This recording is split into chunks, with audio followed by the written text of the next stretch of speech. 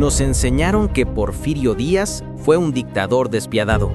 Pero, ¿y si la historia estuviera contada a medias?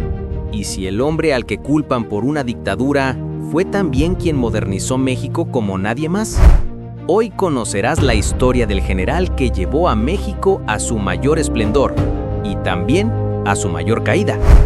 Nació en Oaxaca, hijo de una familia humilde. Estudió para ser sacerdote, pero el destino lo llevó a empuñar un fusil.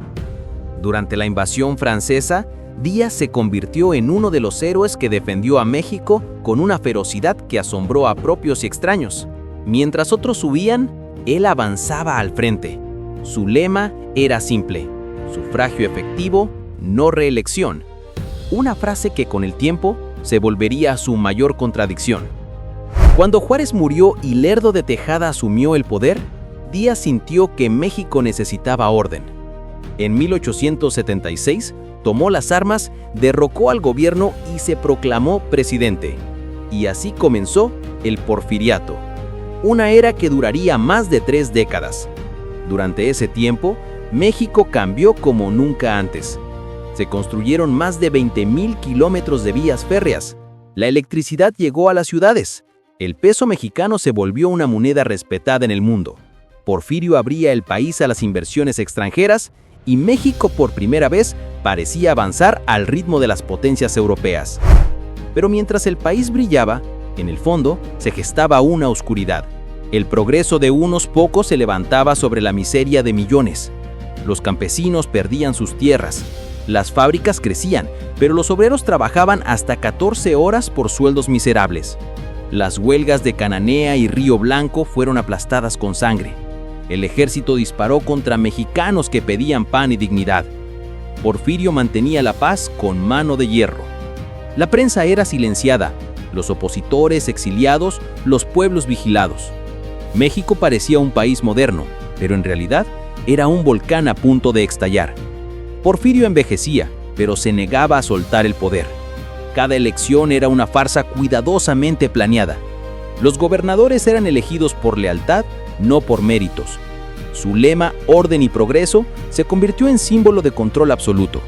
Los campesinos lo veían como un tirano. La élite lo consideraba un genio político. Pero en 1910, cuando dijo que México ya estaba listo para la democracia, un hombre tomó la palabra en serio: Francisco I. Madero. Díaz no lo imaginaba, pero había firmado su sentencia histórica. Las protestas se extendieron por todo el país. Los mismos trenes que representaban el progreso ahora llevaban soldados y muertos.